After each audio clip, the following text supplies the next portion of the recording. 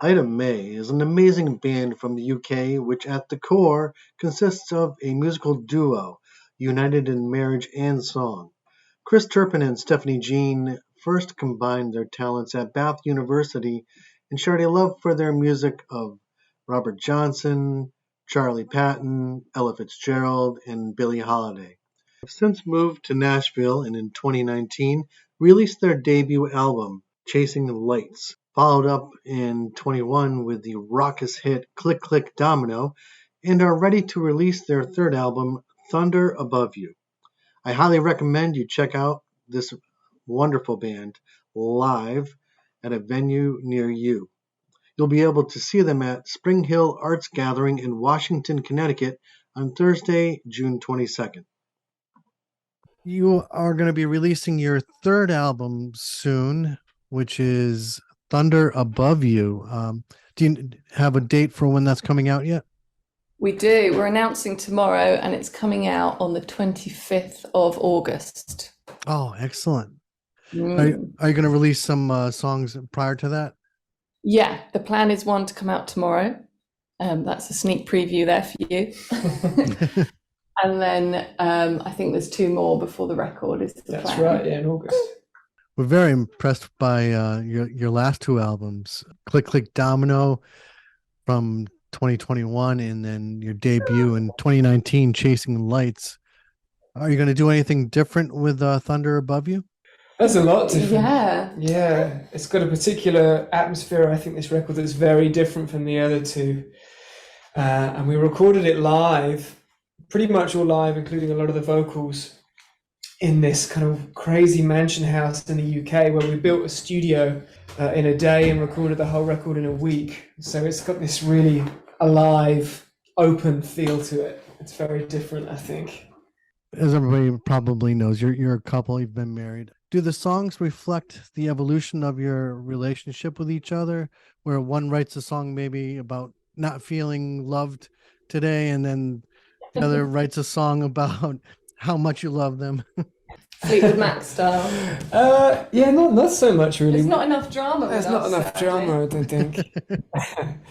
I think it's more we kind of become personas. So we have kind of characters we can play almost through the songs. So we become sort of the narrators or actors in some of the songs. That certainly changes over time and becomes sort of more intense and interesting and strange. And it's more for us that, you know, having a female voice and a male voice is really exciting to be able to write songs that fit two very different personalities and characters. So that's what we kind of, I think, focus on more than marital disputes. Yeah. I noticed that you rely on Patreon so that you can maintain control over the music that you create. Is that still holds true? You're not signed to any major record label? Not at the moment, no. It's not the only way we kind of do it. We have some sponsors for the next record, but Patreon is certainly over the pandemic became a really useful asset, and it's something we've kind of kept going a little bit. We don't do it too seriously.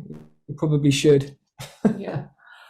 But it's a beautiful when idea. When we couldn't be on the road and we couldn't be playing to people or meeting anyone, Patreon was quite important to us. And it was great to have a little community and play shows, you know, and we've kept that up. The relationships we've formed with some of the people on there, it's really great to be close to them and to offer some insight into what you do, because otherwise it's a very closed door being a touring artist and a recording artist. Yeah, I imagine you get a lot of feedback from your patrons. Yeah, it's nice to be able to share some of the wildness, the behind the scenes stuff, you know. And I really admire and respect you trying to avoid signing to a label where you know you're going to lose a lot of your rights and ability to be, you know, maintain your creativity. Yeah, it's a wild time in the industry right now for kind of signing deals, and the music industry has changed an awful lot since we sort of first started making music together. And we've learned from experience. Yeah, so it's a wild thing for anyone to try and navigate, and we found that has been quite helpful. You've collaborated with some great artists in the past, like Marcus King, Greta Van Fleet. Is anybody on this new album that you're going to be collaborating with? Actually, no. Well, we had Dweezil Zappa on the first album, and I kind of thought maybe, you know, I had a few people in mind to ask to be on this album, especially guitar players, because it's kind of had some pretty serious guitar players join us on the record. But because the record was so live, and I play a lot more, I think, electric guitar kind of solos on this record, but they're all improvised live in the room, playing off the drummer Ethan and playing off Nick. We kind of filled all the space ourselves, so it felt odd to kind of invite anyone into that environment.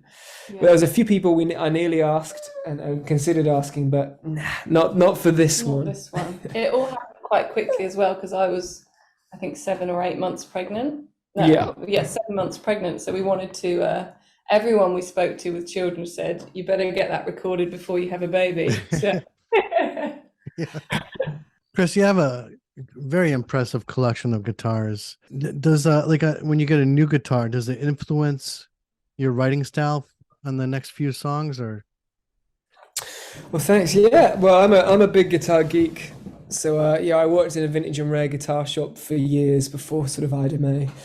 So I got the bug that way, and it was through working there that I really learned just how important a great instrument can be, and also what they all offer. You know, they can offer so many different kind of shades and tones, and they lead you in different directions. So absolutely, a new guitar or an old guitar, a new old guitar, can really influence how you write and how you play, what melodies you move towards, what chord shapes you go to make, and even what tuning it sounds best in.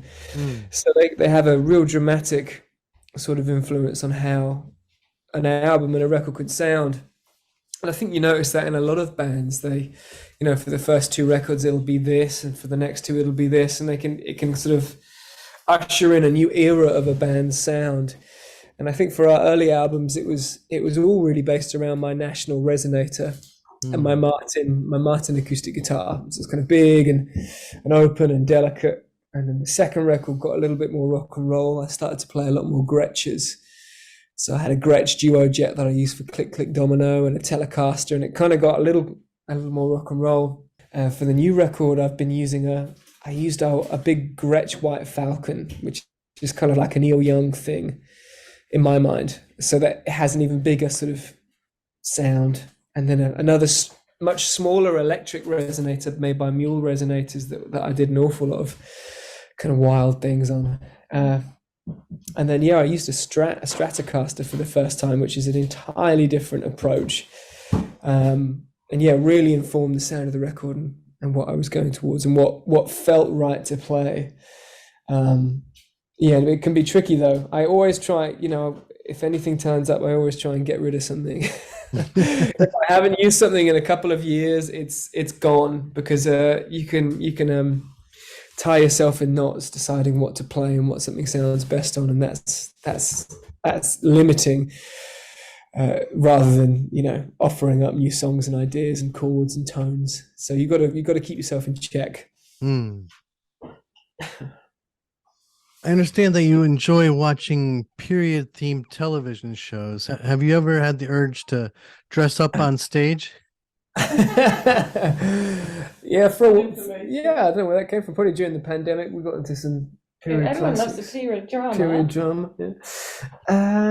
No, sadly not. No dress up. Just black. Yeah. Just band uniform. Yeah. Basic. Yep. Yeah, we keep trying to wear more suits and sort of slightly smarter dress, but that goes out the window as soon as you're on tour and as soon as you're traveling in and out of Holiday Inns. Is there anything about the new album, Thunder Above You, that you want to share with everybody? Well, I guess it's it'd be really interesting to see what people hear, because it was such a moment in our lives with Steph being 7 months pregnant when we recorded it, and would come.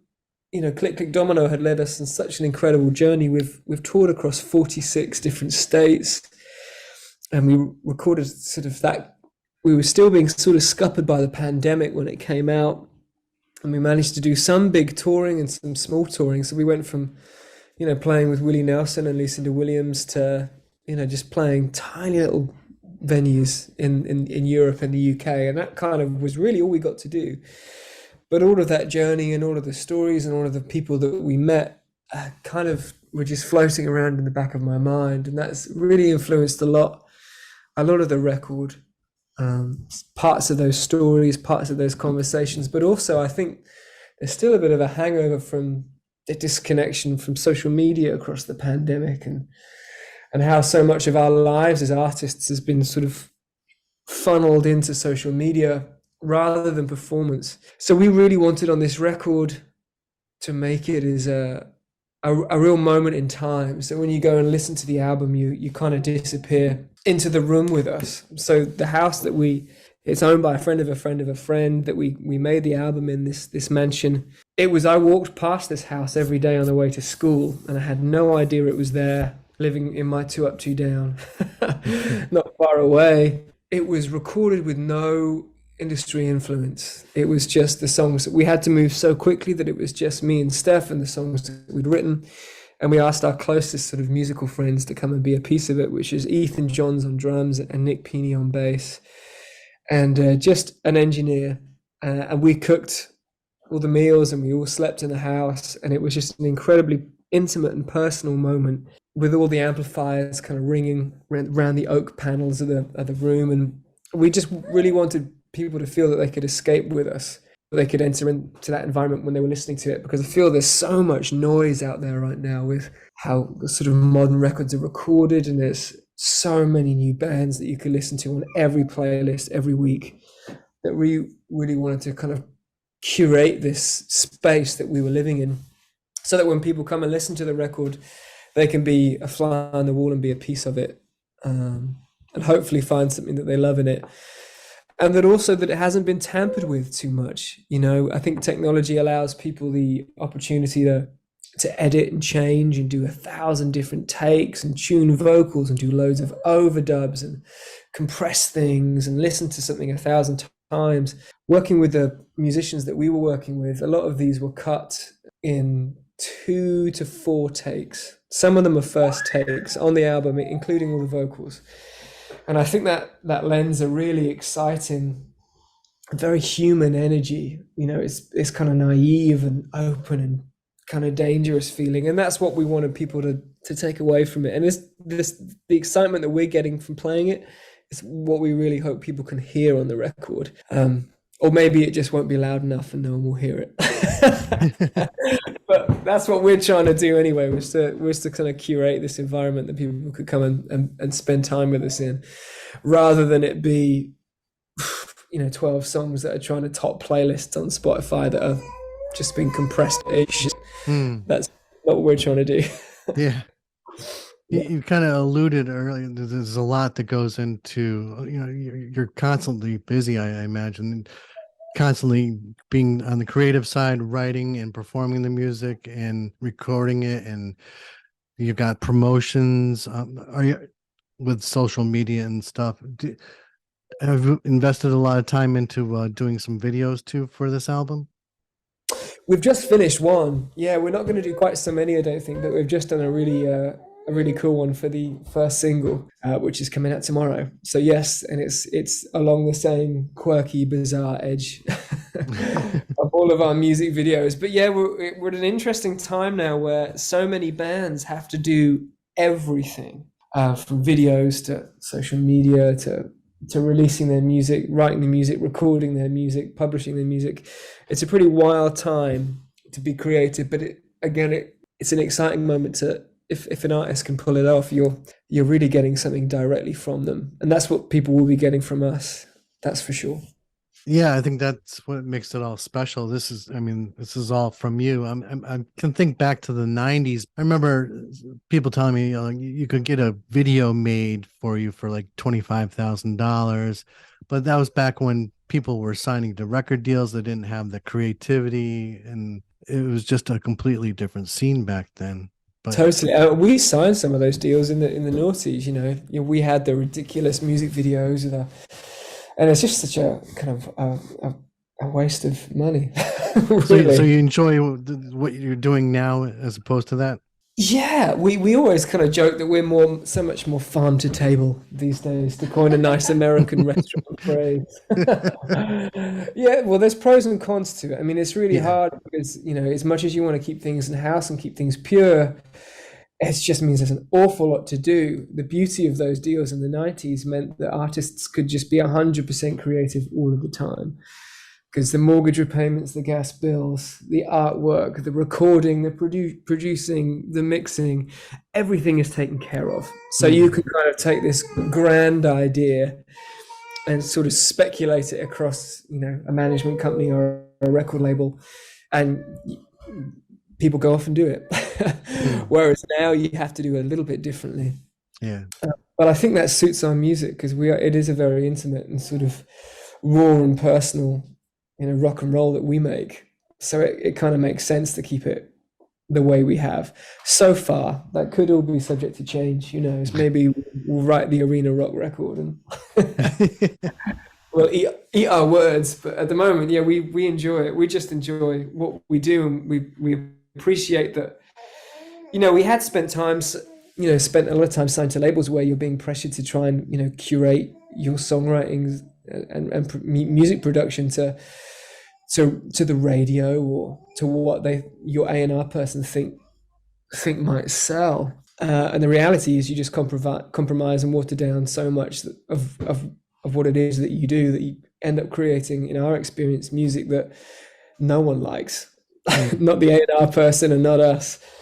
So at least this way, it's, if we care about it, then the theory is that if we care about it and we're moved by it, then other people will be, and that's as much as we can hope for. Yeah, and we appreciate that about you, and keep doing what you're doing. Well, thank you. Yeah, we can't wait to get back on the road and do it in front of people. That's the thing we miss the most. We love playing live, especially as a duo, because we can just we've done everything from big arenas to tiny bars, and being able to change what we do to those audiences is really exciting. And we're looking forward to you performing at the Spring Hill Arts Gathering in Washington, Connecticut on June 22nd. Yeah, that's going to be great. It's going to be fun. I think we were supposed to do that for the pandemic.